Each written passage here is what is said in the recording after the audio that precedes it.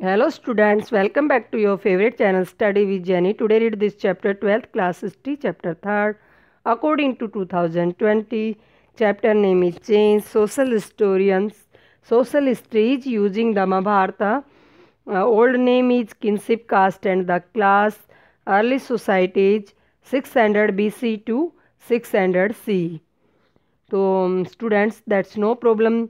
The internal matter is the same, but the chapter name is a change. Let's start video.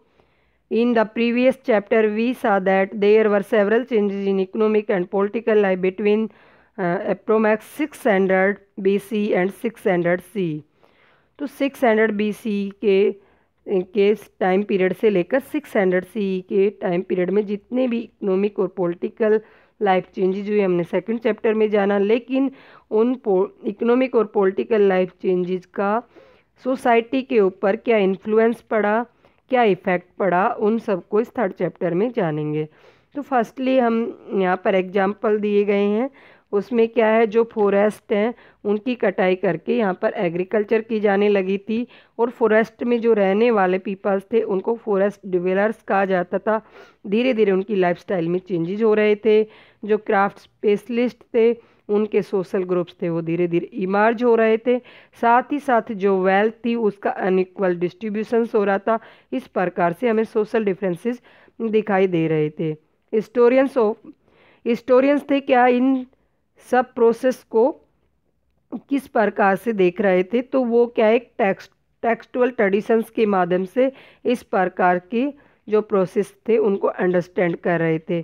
तो इस प्रकार के taxis में क्या क्या चीज़ें इंक्लूड होती थी, उस टाइम का जो सोशल बिहेवियर होता था, साथ ही साथ उस टाइम पीरियड के जितनी भी सोशल सिचुएशंस होती थी, साथ ही साथ जो प्रैक्टिस जो रीति रिवाज होते थे वो सब इसमें इंक्लूड होते थे।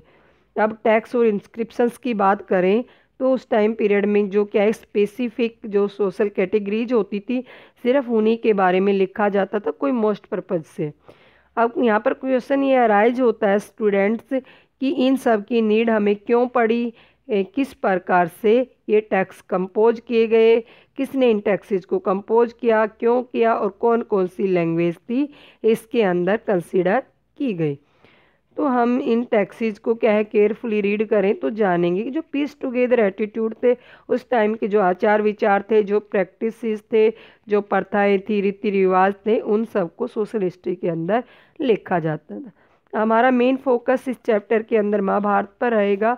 महाभारत क्या है, एक बहुत ही वास्ट एपिक्स था जो इसके अंदर क्या प्रेजेंट डे में 1 लाख वर्सेज में श्लोक, 1 लाख से भी ज़्यादा श्लोक लिखे हुए हैं। और इसको कब कंपोज किया गया, इसको कंपोज करने में 1000 ईयर से भी ज़्यादा का समय लगा और अप्रोमैक्स 500 BC के ओनवर्ड ये कंपोज किया गया। इस महाभारत के अंदर क्या है, दो कजिन ब्रदर्स हैं, उनकी यहाँ पर स्टोरी है। लाइक कौरवाज और पांडवाज हैं, इन दोनों के अंदर सत्ता को लेकर कॉन्फ्लिक्ट होता है और last and final Kauravas defeat हो जाते हैं और पांडवाज क्या हैं जीत जाते हैं। तो इसके बाद क्या है, जो पैट्रिलिनियल सक्सेशन होता है उसकी शुरुआत होती है। पैट्रिलिनियल सक्सेशन मीन्स जो क्या है एक पिता के बाद राजगद्दी के पर उसका बेटा बैठता है, उसके बाद उसका ग्रैंडसन बैठता है, ऐसे ही सो ऑन ये सब चलता रहता है, तो उसको पैट्रिलिनियल सक्सेशन कहते हैं। तो come to the first topic, the critical editions of the Mahabharata. तो क्या हमने देखा था जो महाभारत थी उसके लिखने की शुरुआत तो 500 BC में हो चुकी थी, लेकिन यहाँ पर जो महाभारत था उसका क्रिटिकल एडिशन लिखा गया 1919 में। एक संस्कृत स्कॉलर हुए हैं जिनका नाम था VS सुथंकर। उनके लीडरशिप में उन्होंने एक प्रोजेक्ट स्टार्ट किया और उसके अंडर में क्या है जो डजन ऑफ स्कॉलर्स थे इस काम करने के लिए उन्होंने इसका जिम्मा उठाया और उन्होंने जो कंट्री के अंदर डिफरेंट पार्ट के अंदर जितनी भी मैन्यूस्क्रिप्ट थी संस्कृत की, जितने भी स्क्रिप्ट थे उन सबको कलेक्ट किया, उसके बाद उनका एनालिसिस किया और एनालिसिस करने के बाद उन्होंने 13,000 पेजेस के अंदर इन जितने भी ये वेरिएशंस थे उनको सेवरल वॉल्यूम्स में लिखा।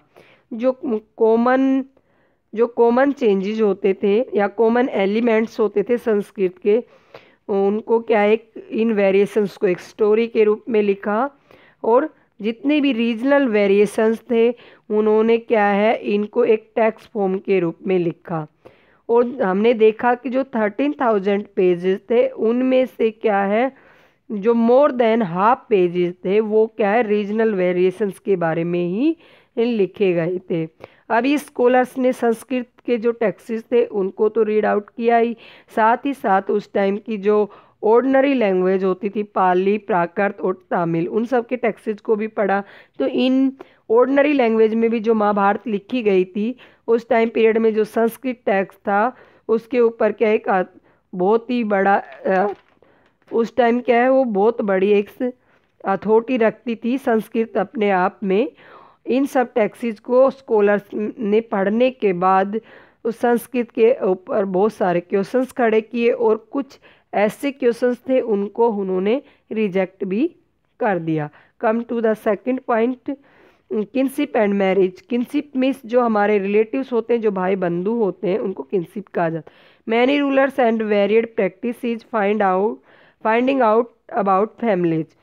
तो हम देखते हैं कि जो मोस्टली फैमिलीज होती हैं वो किसी भी प्रकार से सेम नहीं होती। हम देखते हैं एक फैमिली के अंदर नंबर ऑफ मेंबर्स होते हैं, उनके रिलेशनशिप क्या है अलग अलग होते हैं, और उनके काम करने की जो एक्टिविटीज़ होती है वो भी अलग अलग होती है। उनका जो शेयरिंग करने का जो वे होता है वो भी डिफरेंट होता है। लेकिन हम एक सेम फैमिली की बात करते हैं, वो क्या है हर चीज़ को जब शेयर करती तो हर चीज़ को एक साथ शेयर करती है, यहाँ तक कि फूड शेयर करते हैं, अदर ऐसे रिसोर्सेज हैं उनको शेयर करते हैं, वो लिव टुगेदर एक साथ में रहते हैं। और कुछ ऐसे वर्क और परफॉर्म हैं, यहाँ तक कि जो रिचुअल्स होते हैं, रिचुअल्स में सियाग हवन वगैरह करते हैं वो भी एक साथ ही करते हैं। फैमिलीज का जो लार्जर नेटवर्क होता है उसमें क्या है जो रिलेटिव्स होते हैं, फैमिलीज का जो क्या लार्जर नेटवर्क होता है उसको रिलेटिव कहते हैं या बंधु या रिश्तेदार कहते हैं, और उसके अंदर टेक्निकल टर्म का यूज किया जाए तो उसको किनफोक कहा जाता है। अब हम देखते हैं कि इस प्रकार की जो फैमिलीज होती हैं, जो हमारे रिलेटिव्स होते हैं, उनको या तो नेचुरल बेस्ड ऑन ब्लड माना जाता है, या कुछ ऐसी सोसाइटीज़ होती हैं जो हमारे कजिन्स होते हैं उनको एक ही ब्लड रिलेशन से जोड़कर देखती हैं, कुछ सोसाइटी ऐसा नहीं मानती हैं। अब हम देखते हैं यहाँ पर हमें फैमिली की टर्म्स दी गई, टर्म्स फ्रॉम फैमिली एंड किन मीन्स हमारे रिलेटिव। तो संस्कृत का जो टेक्स्ट है उसके अंदर जो कुल आया है, कुल वर्ड किसके लिए यूज हुआ है, फैमिली के लिए यूज हुआ है। जो जनाती या जाति है वो क्या है हमारी फैमिली का जो लार्जर नेटवर्क है उसको किनफोक या रिश्तेदार कहा जाता है। तो रिश्तेदारों के लिए जाति वर्ड का यूज हुआ है। यहाँ पर एक टर्म है वंश, तो यूज्ड फॉर लीन एज।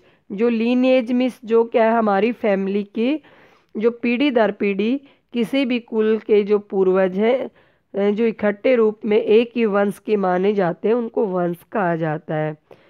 अब हम नेक्स्ट टॉपिक पे आते हैं, द आइडल ऑफ पैटर्नलिनी। तो पैटर्नलिनी किस प्रकार से आदर्श मानी जाती थी, तो इसमें हम महाभारत की स्टोरी को लेकर देखते हैं और देखते हैं कि उनमें दो कजिन्स के अंदर कॉन्फ्लिक्ट हुआ था। मैं पहले भी बता चुकी कौरवाज और पांडवाज में, और उसके अंदर क्या है लास्ट एंड फाइनल पांडवाज विजित होते हैं। उसके बाद पैटर्नलिनियन सक्सेशन की शुरुआत होती है। अब हम देखते हैं पैटर्नलिनी का क्या मीन्स है। पैटर्नलिनी मीन्स पिता की जो सत्ता होती है उसको लेकर। तो डिसेंट फ्रॉम फादर टू सन, जो अथॉरिटी होती है या जो उसकी राजा की जो थ्रोन होती है या जो पेरेंट्स के जितने भी रिसोर्सेज होते हैं वो फादर की डेथ के बाद क्या है उसके सन को चले जाते हैं, और सन से वो जो रिसोर्सेज हैं ग्रैंड सन के पास चले जाते हैं। इसी प्रकार से ये चीज़ सो ऑन चलती रहती है, उसको पैटर्नलिनी कहते हैं। मैटर्नलिनी मीन्स माता से संबंधित होती है, मातृसत्ता। तो सेम जिस प्रकार से पिता की डेथ के बाद जो रिसोर्सेज होते हैं उसके ऊपर उसका अधिकार उसके बेटे का होता है, इसी प्रकार मैटर्नलिनी में क्या है एक मदर की डेथ के बाद उसके जो रिसोर्सेज होते हैं उसकी बेटी का अधिकार होता है, उसके बाद उसकी जो ग्रैंड डॉटर्स होती है उसका उसके ऊपर अधिकार होता है। तो इस प्रकार से चलता रहता है, इसको मैट्रिलिनी कहते हैं। अब मोस्ट रूलिंग जो डायनेस्टी थी 6th सेंचुरी के अंदर इसी प्रकार की जो सिस्टम होता था उसको फॉलो करती थी, लेकिन इस सिस्टम में भी हमें कई प्रकार के वेरिएशंस और प्रैक्टिसेस दिखाई देते हैं। तो हम देखते हैं कि समवन देयर नो सन, जिन जिन राजा लोगों के क्या बेटे नहीं होते थे, उन लोगों की जो डेथ हो जाती थी उसके बाद some situation brother succeed means उनके उत्तराधिकारी उनके भाई बनते थे। वन अदर समटाइम्स कभी कभी उनके भाई भी नहीं होते थे, तो उनकी जो सत्ता होती थी उनका जो सक्सीड होता था वो किन्समैन जो उनके रिश्तेदार होते थे वो उनकी गद्दी का दावेदार होते थे। लेकिन हमने 2nd चैप्टर में कुछ एक्सेप्शनल केस देखा था, जो प्रभावती गुप्ता का, वो क्या है, राजगद्दी पर बैठती है। अब हम देखते हैं कि रूलर्स ऑफ मैरिज। तो इससे पहले क्या है, बहुत सारे हमें क्या सोर्सेज दिए गए हैं। तो students it is very important हमारे लिए, इन सभी को आपको रीड आउट करना है। यहाँ पर हमारे सोर्स बेस्ड 5 मार्क्स का क्वेश्चन आता है। तो हम यहाँ पर देखेंगे rulers of marriage. While sons were important for the continuity of the patrilineage. तो क्या है, जो पुत्र थे वो बहुत ही इम्पोर्टेंट होते थे एक पिता के लिए, उसकी सत्ता को चलाने के लिए, या पिता के बाद उसकी सत्ता पर बैठने के लिए, उसकी राजगद्दी पर बैठने के लिए बेटों को बहुत बड़ी इम्पोर्टेंस दी जाती थी। और इस बेटियों को देखें तो उनको कोई इम्पोर्टेंस नहीं मिलती थी इस मैटर में। वो उसके फादर के जितने भी रिसोर्सेज होते थे या हाउस होल्ड जितने भी रिसोर्सेज होती थी उनके ऊपर कोई भी क्लेम नहीं कर सकती थी। एट द सेम टाइम उनकी जो बेटी की जो मैरिज है उससे यह एक्सेप्ट किया जाता था कि आफ्टर मैरिज वो अपनी मैरिज क्या है, अपने जो किन है, अपने रिश्तेदार हैं उनके साथ न करके वो अपने जो यूनिट है उसके बाहर करे। इस प्रकार की शादी को एक्सोगेमी या बहिर्विवाह कहा जाता है। अब जो वुमेन्स का उस टाइम जो स्टेटस होता था कि वो एक राइट टाइम पर शादी कर ले और एक राइट पर्सन के साथ शादी कर ले, तो यह एक वुमेन का स्टेटस माना जाता था। अब हम देखते हैं यहाँ टाइप्स ऑफ मैरिज दी गई हैं। तो एंडोगेमी मीन्स इनसाइड, जो अपनी यूनिट के अंदर जो मैरिज करता है उसको एंडोगेमी या अंतर्विवाह कहा जाता है। तो इस यूनिट के अंदर क्या है, जो किन ग्रुप होता है या कास्ट के अंदर मैरिज करना, या साथ ही साथ जो हमारी living in the same locality होती है उसके अंदर शादी करना एंडोगेमी कहलाता है। एक्सो मीन्स आउटसाइड, तो अपनी यूनिट के बाहर मैरिज करना एक्सोगेमी या बहिर्विवाह कहलाता है। पोलीजीनी का मतलब पोली मिस मोर, जी मिस जेंटल मिस मैन, जो मैन क्या है 1 मोर वाइफ्स रखता है और उसको क्या पोलीजेनी कहा जाता है। तो इसका एग्जाम्पल हम देखते हैं कि जो एक मैन सेवरल वाइफ्स रखता है, इसका हमने एग्जाम्पल सातवानाज की जो डायनेस्टीज है उसके अंदर मिलता है। और वो क्या है, एंडोगेमी जो मैरिज है उसके ऊपर ही ज़्यादा जोर देते हैं। पोलेंड्री मीन्स पोलीमिस मोर, जो वुमेन्स है वो क्या है 1 मोर हस्बैंड्स रखती है, उसको पोलेंड्री कहा जाता है। तो हम देखते हैं महाभारत के अंदर हमें द्रौपदी है उसका एग्जाम्पल मिलता है कि उसके क्या है 1 मोर हस्बैंड होते हैं। अब हम देखते हैं कि जो 2nd चैप्टर के अंदर हमने देखा था कि जो नए नए टाउन्स थे वो इमर्ज हो रहे थे। इस प्रकार से जो सोशल लाइफ थी वो बहुत ही कॉम्प्लिकेटेड होती जा रही थी। लोग क्या एक स्थान से दूसरे स्थान पर जा रहे थे अपनी चीज़ों को सेल करने के लिए, बाई करने के लिए। इस कारण से वो प्रोडक्ट को तो सेल और बाई कर रहे थे, साथ ही साथ जो उनके आइडियाज़ हैं वो भी क्या है शेयर हो रहे थे। इस कारण से वो ब्राह्मणिकल टैक्स हैं उनको वो अब मानने से इनकार करने लगे थे। इस प्रकार से ब्राह्मणों के सामने एक बहुत बड़ी चुनौती खड़ी हो गई थी। ब्राह्मण्स ने इस चैलेंज का सामना करने के लिए क्या है, कुछ code of social behaviours in great deals.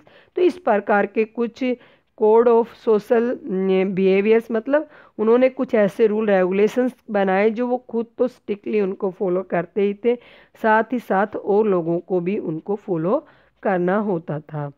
अब हम 500 BC की बात करें तो इस टाइम में क्या है, संस्कृत जो टेक्स्ट है वो कंपाइल हुए कौन कौन से, धर्मसूत्राज और धर्मशास्त्राज। और इसमें एक मोस्ट इम्पोर्टेंट जो टेक्स्ट था वो कंपाइल्ड किया गया था, उसका नाम था मनुस्मृति।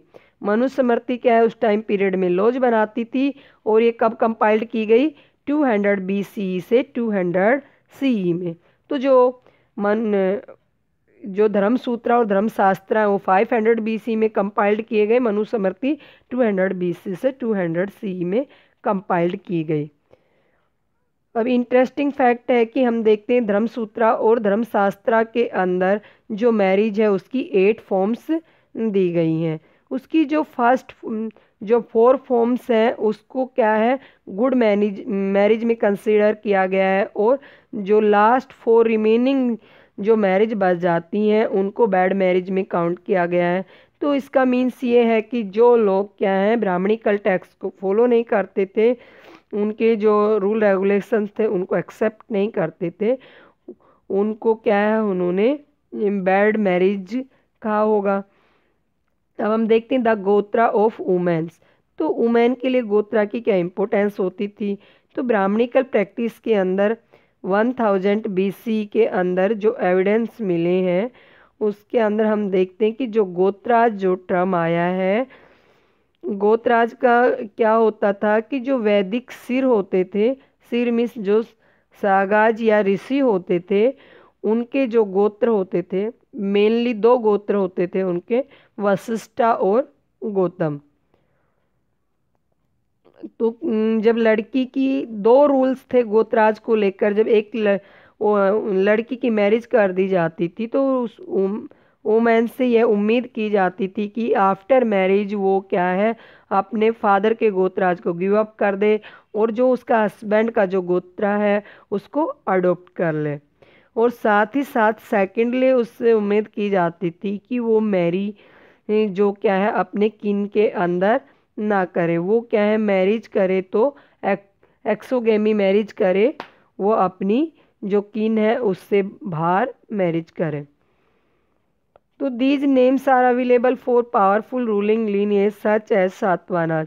तो हम देखते हैं कि यहाँ पर क्वेश्चन ये अराइज होता है कि जो मैन वुमेन्स थे इस प्रकार की जो ब्राह्मणिकल टैक्स थी या प्रैक्टिस थी उनको सभी फॉलो करते थे क्या।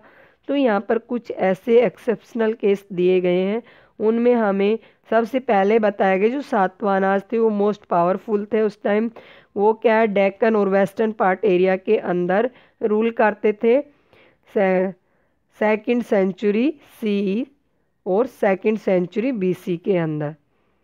अब कुछ सेवरल इंस्क्रिप्शंस मिलते हैं इस प्रकार के, उन इंस्क्रिप्शंस में हमें फैमिली टाइज के बारे में इंक्लूड उनकी मैरिज विवाह के बारे में पता चलता है। अब हम यहाँ पर देखते हैं नेम ऑफ सातवाज किंग। तो यहाँ पर सातवाज किंग है उनके बारे में यहाँ पर दिखाया गया है कि यहाँ पर बताया गया है कि प्राकृत लैंग्वेज में जो पुत वर्ड आया उसका मीन्स सन होता है, और जो गौतमी पुता आया तो इसका मीन्स गौतमी उसकी मदर का नाम है तो सन ऑफ गौतमी। और यहाँ पर गौतम एंड वशिष्ठा आया जी वैदिक सिर थे, उनके जो गोत्राज थे वो हैं। तो राजा है ही, गौतमी मदर का नेम हो गया, पुता मिस सन हो गया, सीरी मिस राजा का नेम है, सतकर्णी उसका गोत्र हुआ करता था। तो हमने देखा था कि जो मोस्ट पावरफुल हुआ करता था उस टाइम सातवाहनाज रूलर्स। तो यहाँ पर मेट्रोनिमिक्स इन द उपनिषद के अंदर जो मात्र सत्तात्मकता होती थी उसको किस प्रकार से देखा जाता था। द बृहद आरण्यक, बृहद का मतलब है यहाँ पर बड़ा और आरण्यक मीन्स जंगल में, तो जंगल के अंदर जो उपनिषद लिखा गया उसको बृहद आरण्यक कहा गया है यहाँ पर। और उनके जो क्या है आचार्य और उनके जो शिष्य होते थे या आने वाली जो पीढ़ियां होती थी उनकी इसमें सूची मिलती है, और जिसमें कई लोगों के नेम क्या है जो मेट्रोनिमिक्स थी उसी को फॉलो करते थे। अब हम देखते हैं कि जो सातवानाज रूलर्स थे वो पोलीजीनियस, पोलीजीनियस मीन्स पोली मीन्स मैनी, जी से मतलब मैन, जो मैनी वाइफ्स रखता था उसको one more than one wife, तो उसको पोलीजीनियस कहा जाता था। तो जो सातवानाज रूलर्स थे वो क्या एक से अधिक वाइफ्स रखते थे, और जो वुमेन्स थी उसकी मैरिज के बाद जो सातवानाज रूलर के अंदर आफ्टर मैरिज जो वुमेन होती थी वो अपने हस्बैंड का जो गोत्र था उसको अडॉप्ट नहीं करती थी, वो अपने फादर के गोत्र को ही अडॉप्ट रखती थी। तो ये क्या है जो ब्राह्मणिकल टैक्स है उसके अपोजिट मिलता है हमें। और आगे हम देखते हैं as is obvious the rain counter to the ideal of the exogamy recommended in the Brahmanical texts. तो हम ब्राह्मणिकल टैक्स के अंदर देखते हैं कि वो एक्सोगेमी के ऊपर जोर देते हैं कि अपनी यूनिट से बाहर जाकर वो शादी करें। तो ये लोग सातवानाज रूलर्स हैं वो एक्सोगेमी को फॉलो ना करके वो किसको फॉलो करते हैं, ये एंडोगेमी को फॉलो करते हैं, क्योंकि ये अपनी ही खुद की जो रिलेटिव्स होते हैं उन्हीं के साथ शादी करते हैं। उस अब हम आगे देखते हैं कि हमें इस प्रकार का एक आगे एग्जाम्पल मिलता है कि ये लोग क्या है अपनी ही किनशिप के अंदर शादी करते हैं। वर मदर्स इम्पोर्टेंट्स, तो हम देखते हैं कि जो सातवानाज थे उनमें क्या है मदर क्या बहुत ही बड़ी इंपॉर्टेंस रखती हैं। तो Satavahanas rulers were identify through metronymics name derived from that the mother.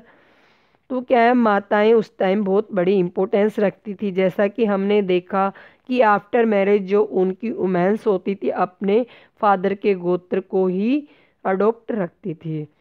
लेकिन हम जो पैट्रिलिनियल जो सक्सेशन है उसको देखें तो सातवानाज रूलर्स थे वो पैट्रिलिनियल सक्सेशन को ही फॉलो करते थे। अब 3 है social differences within beyond the framework of caste. तो यहाँ पर हम देखते हैं कि जो कास्ट थी उसको क्या हेरारकरी जो ऑर्डर था, हेरारकरी जो ऑर्डर्स था उसको फॉलो किया गया है। इसमें जो ऑर्डर्स था उस धर्मशास्त्र और धर्मसूत्रा के अकॉर्डिंग जितने भी ब्राह्मणिकल टैक्स थे उनके जो ऑर्डर्स थे रैंक्स था उसको फॉलो किया गया है। इसमें जो शूद्राज हैं उनको अनटचेबल माना गया है, उनको क्या एक बॉटम सोशल ऑर्डर में रखा गया है। हमने देखा था कि जो वर्णाज थे उसके अंदर सबसे ऊपर ब्राह्मणाज, फिर क्षत्रियाज, फिर वैश्याज और फिर इन तीनों की सर्विट्यूड करने के लिए शूद्राज होते थे। तो वही बताया है इसके अंदर। द राइट ऑक्यूपेशन, धर्मशास्त्र और धर्मसूत्राज के अनुसार हम यहाँ पर देखते हैं कि जो ऑक्यूपेशंस थे उनको 4 कैटेगरीज में बांटा गया था। तो वर्णाज भी 4 ही थे।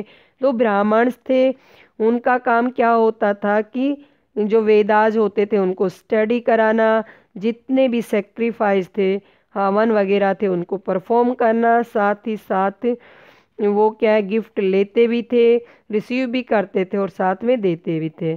सेकेंडली जो ऑक्यूपेशन आता है वो क्षत्रियाज हैं। क्षत्रियाज क्या थे, वॉरफेयर में इंगेज होते थे, वो लड़ाइयाँ लड़ते थे, साथ ही साथ जो पीपल्स होते थे उनको प्रोटेक्शंस देते थे, और जो जस्टिस होता था उस एडमिनिस्ट्रेशन में वो न्याय करते थे, और वेदाज को पढ़ते थे, साथ में वो सेक्रीफाइस करवाते थे, और वो जो ब्राह्मणाज को गिफ्ट देते थे और उनके नीचे जो लोग होते थे उनसे गिफ्ट रिसीव भी करते थे। और लास्ट 3 ऑक्यूपेशन आता है उसके अंदर वैश्याज आते हैं। तो उनका मेन ऑक्यूपेशन क्या होता था, वो एग्रीकल्चर करते थे, साथ में ही पेस्ट्रोलिज्म। पेस्ट्रोलिज्म का मीन्स है कि वो पशुओं को ग्रेज कराते थे, जो एनिमल्स होते थे उनको ग्रेजिंग कराते थे, साथ ही साथ वो ट्रेड करते थे। फिर लास्ट एंड फाइनल जो वर्ण आता है शूद्राज। तो शूद्राज का मेन ऑक्यूपेशन क्या होता था, ये तीनों जो वर्णाज होते थे, हायर वर्णाज, उनकी सर्विंग देना, उनकी सेवा करना, उनको सर्विट्यूड करना। तो varnas order was divine origin. Second, they advise king to ensure that the norms were followed within their kingdoms. And third, they attempt to persuade people that they status. तो हम देखते हैं कि जो ब्राह्मणिकल टेक्स्ट हैं उसके अंदर 3 प्रकार की जो स्टेटस है उनको बताया गया है। तो उसमें फर्स्टली बताया गया है कि फर्स्टली इसके अंदर बताया गया है कि जो वर्णाज की जो उत्पत्ति ओरिजिन हुई है वो एक देवीय ओरिजिन है, एक देवीय व्यवस्था है। सेकेंडली उसमें बताया गया है कि जितने भी जो उपदेश देते हैं उन उस सिस्टम, उन नियमों को जो किंगडम्स क्या हैं, जो रूलर्स लोग हैं, अनुसरण करते हैं। थर्डली इसके अंदर बताया गया है कि जो पीपल्स हैं उनका जो स्टेटस है वो बाई बर्थ माना जाता है, कि जो लोग जिस जाति या वर्ण में जन्म ले लेता है वो उसी जाति या कास्ट का माना जाता है। यहाँ पर एक डिवाइन ऑर्डर बताया गया है। तो Brahmanical often cited verse from Himans in Rigveda, known as a Purush Sukta, describing the sacrifice of Purusha, the primeval man, all the elements of universe। तो यहाँ ऋग्वेदा है, उसके अंदर क्या है 1028 सूक्त हैं, उनमें से एक सूक्त है पुरुष सूक्त। उसके अंदर बताया गया है कि जो आदि मानव पुरुष था या प्रीमिवल मैंस था, उसके द्वारा इन चारों वर्णों की क्या है ओरिजिन हुई है। तो the Brahma was the mouth, the ब्राह्मण वाज हिज माउथ। जो ब्राह्मण की जो ओरिजिन है वो क्या है, वो आदि मानव था या प्रीमियल जो मैन था उसके मुख से हुई है, और जो उसकी आर्म्स थी उससे क्या है क्षत्रियाज की ओरिजिन हुई है, और साथ में जो थाइज हैं उससे वैश्याज की ओरिजिन हुई है, और जो फिट है उनसे शूद्राज का बोन हुआ है। तो इस प्रकार से क्या है, ये सोर्सेज भी हमारे लिए बहुत ही इम्पोर्टेंट हो जाते हैं। यहाँ पर दिया गया कि प्रॉपर सोशल रोल्स। तो इसके अंदर क्या है, महाभारत जो फर्स्ट सेक्शन है आदि परिणव, तो उसकी यहाँ पर एक स्टोरी दी गई है। तो इसके अंदर बताया गया है कि एक निषाद नाम की एक हंटिंग कम्युनिटी से एक पीपल होता है जिसका नाम एकलव्य होता है, और उस टाइम द्रोण क्या है एक ब्राह्मण होते हैं जो कौरवाज और पांडवाज जो प्रिंस होते हैं उनको आर्चरी सिखाते हैं, धनुष चलाना सिखाते हैं। लेकिन जो एकलव्य भी उनसे सीखना चाहता है, लेकिन वो लो कास्ट का होने की वजह से उनको द्रोण मना कर देते हैं, और वो जंगल में जाते हैं, द्रोण की प्रतिमा बनाते हैं और उनको एज अ गुरु मानकर वहाँ पर धनुष की वो प्रैक्टिस करता है। तो वो क्या है जो कौरव और पांडवाज होते हैं उनसे भी बढ़कर बहुत बड़ा आर्चरी जो एक धनुषधारी बन जाता है। ये सब पांडव और कौरवाज देखते हैं, लेकिन द्रोण ने क्या है अर्जुन को एक बार कहा था कि आपसे बड़ा धनुषधारी दुनिया में कोई हो ही नहीं सकता। तो इस बात को लेकर द्रोण जंगल में जाता है और वहाँ पर एकलव्य का बोलता है कि आपने मुझे गुरु मानकर ये प्रैक्टिस की, इस प्रकार से आपने धनुष चलाना सीखा। तो एकलव्य क्या है उससे फी मांगता है, तो एकलव्य को फी के रूप में उसका राइट थंब मांगता है, तो एकलव्य उसको दे देता है। इस प्रकार से हम देखते हैं कि द्रोण ने वो कितना दुष्ट काम किया था और किस प्रकार से हमें सोशल डिफरेंसेस इस प्रकार से देखने को मिलते हैं। अब हम देखते हैं कि अभी तक हमने जाना था कि ब्राह्मणिकल जो टेक्स्ट थे उसके अकॉर्डिंग जो राजा थे वो सिर्फ क्षत्रियाज ही होते थे। अब इसमें हम जानेंगे नॉन क्षत्रियाज किंग। तो अकॉर्डिंग टू शास्त्राज ओनली क्षत्रियाज ही राजा बन सकते हैं, लेकिन हमें कुछ ऐसे डिफ्रेंशिएट भी देखने को मिलते हैं। तो हम सबसे पहले मौर्याज का एग्जाम्पल लेते हैं कि जो बुद्धिस्ट टेक्स्ट हैं वो क्या है मौर्याज को क्षत्रियाज मानते हैं, लेकिन जो ब्राह्मणिकल टेक्स्ट हैं वो मानते हैं कि जो मौर्याज थे वो एक लो कास्ट से बिलोंग करते थे। लेकिन फिर भी उन्होंने क्या है, एक बहुत बड़े एम्पायर के ऊपर रूल किया था। सेकेंडली हम देखते हैं जो मौर्याज आते हैं, उसके बाद उनके सक्सेसर आते हैं सकाज। उनमें होते हैं कौन कौन होते हैं, उनके अंदर कणवाज कणवाज होते हैं और साथ में सुंगाज होते हैं, वो उनके बाद सक्सेसर बनते हैं।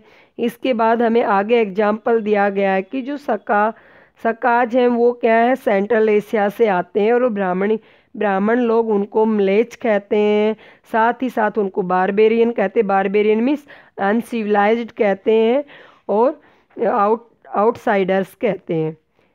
ब्राह्मण उनको ऐसा क्यों कहते हैं कि ब्राह्मण ये मानते हैं कि उनको संस्कृत का ज्ञान नहीं था। लेकिन हमें एक ऐसा इंस्क्रिप्शंस मिला है जो सकाज जो पावरफुल रूलर हुआ है रुद्रदमना, उसने इस इंस्क्रिप्शंस को लिखवाया था। कब? 2nd सेंचुरी CE में। और इससे हमें पता चलता है कि जो सुदर्शन लेक थी उसको भी इसने रीबिल्ड करवाया था। हम चैप्टर 2 में पढ़ चुके हैं। और हम साथ ही साथ देखते हैं कि जो सकाज लोग थे इनको म्लेच्छ कहा था जो ब्राह्मणिकल टेक्स्ट में।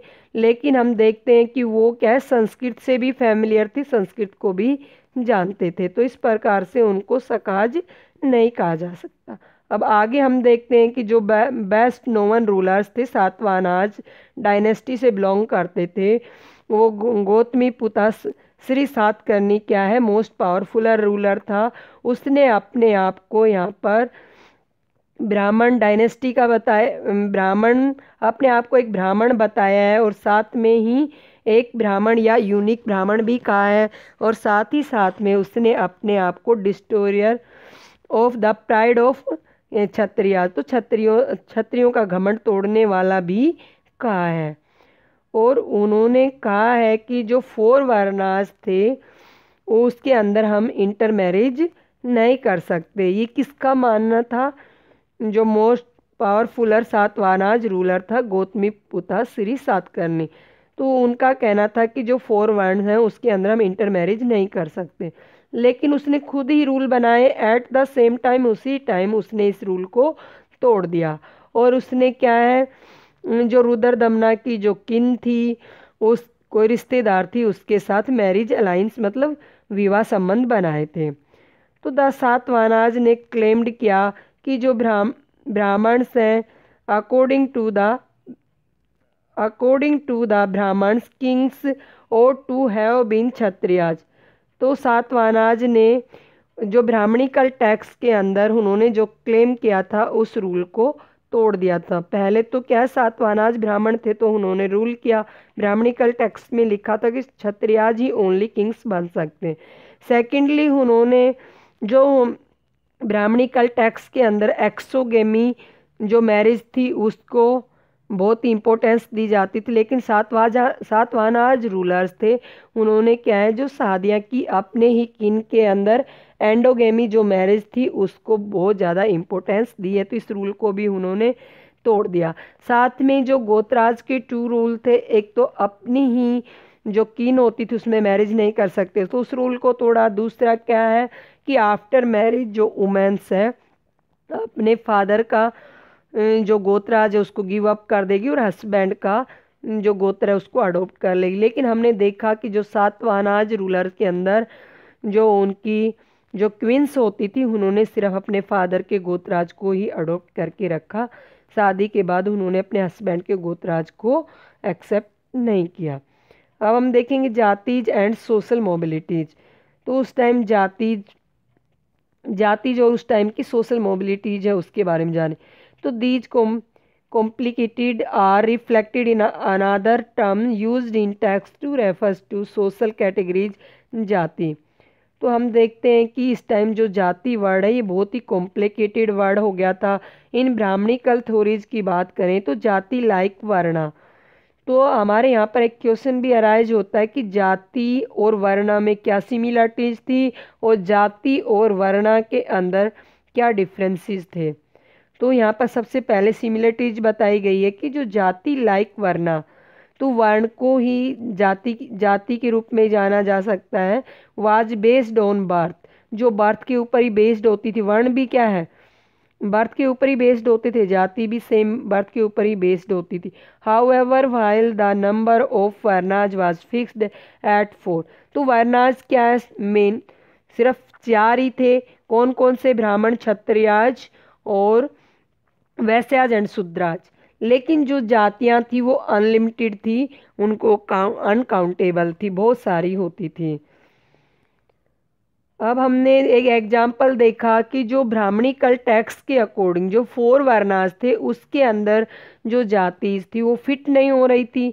लाइक जो लोग क्या हैं, जंगल में रहते थे, फॉरेस्ट में, जैसा कि हमने एग्जाम्पल लिया था निषाद जाति का, जिससे कि एकलव्य बिलोंग करता था। अभी हमने एक सोर्सेज के अंदर एकलव्य के बारे में देखा था, तो उसको भी जाति के अंदर इंक्लूड किया कर दिया गया। और जो कुछ ऐसे लोग होते थे जिनका सेम ऑक्यूपेशन होता था, सेम कैटेगरी से वो बिलोंग करते थे, लाइक ए गोल्ड स्मिथ और सुवर्णकार भी कहा जाता था। ऐसी जो जातियां थी वो क्या इजीली फिट नहीं हो रही थी जो 4 फोल्ड वर्नास सिस्टम था उसके अंदर, तो इनको भी क्या है, एक जाति में क्लासिफाइड कर दिया गया। अब हम देखते हैं जाति विच शेयर्ड अ कॉमन ऑक्यूपेशन और प्रोफेशन। जिन जाति का क्या है, सेम ऑक्यूपेशन या प्रोफेशन होता था, उनके लिए क्या है, किस चीज़ को ऑर्गेनाइज्ड किया गया, श्रेणी या गिल्ड्स को ऑर्गेनाइज्ड किया गया। तो क्या है, जो लोग क्या सेम ऑक्यूपेशन को करते थे, सेम प्रोफेशंस को करते थे, उनको गिल्ड या श्रेणी में ऑर्गेनाइज्ड किया गया था। श्रेणी हिंदी में कहा गया और गिल्ड इंग्लिश में कहा गया। यहाँ पर हमें एक कॉइन दिखाया गया है, सिल्वर कॉइन है, डिपिक्टिंग आस्का रूलर्स ने इसको बनवाया था 4th सेंचुरी के अंदर। अब हमने यहाँ पर जातिज और वर्णाज को देखा। आगे वन इंटरेस्टिंग हमें एक स्टोन इंस्क्रिप्शंस मिला है 5th सेंचुरी एडी के अंदर, और ये हमें मंदसौर मध्य प्रदेश से मिला है। और इससे क्या है, जो उस टाइम की जो गिल्ड होती थी, कौन सी गिल्ड, सिल्क वीवर्स जो लोग होते थे वो लाट गुजरात के अंदर रहते थे। और from where they migrate to Mandsaur that known as Dasapur, तो वो लोग क्या है, जो सिल्क वीवर्स थे वो माइग्रेट कर गए थे कहाँ पर, मंदसौर कहाँ पर लोकेट था, एमपी के अंदर। उस टाइम उस मंदसौर को दसपुर के नाम से जाना जाता था।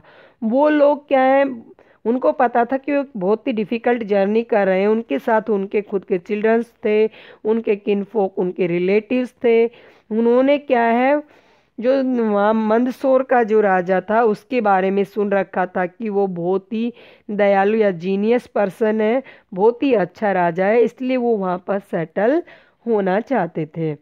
It also indicate that members shared more than a common professions that collectively decide to invest their wealth earned through their craft to construct a splendid temple in honor of the sun god।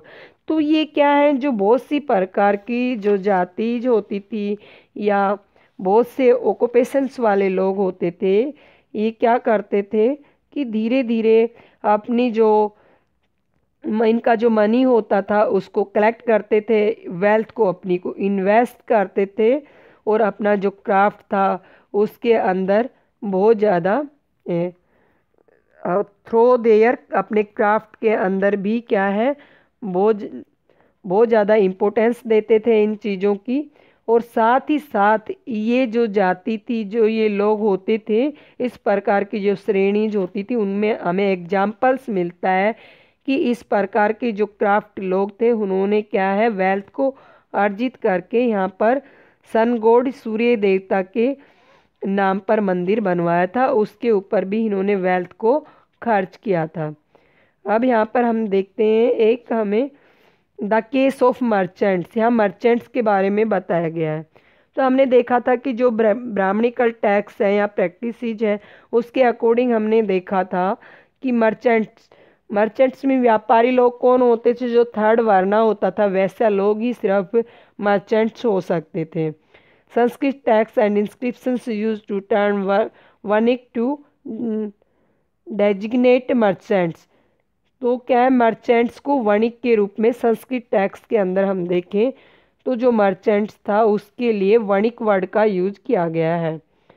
अब हम देखते हैं कि हमने जो ब्राह्मणी काल tax था उसके अंदर देखा था कि जो ट्रेड करना किसका ओकुपेशन है, वैश्यों का ओकुपेशन है। लेकिन हमें शूद्रक का जो नाटक है मर्छिकेटिकम, जो 4th सेंचुरी के BC के अंदर लिखा गया था, उसके अंदर जो उसका हीरो है चारुदत्त, वो क्या एक ब्राह्मण है और अपने आप को क्या बताता है कि वो एक मर्चेंट बताता है कि वो एक वणिक है।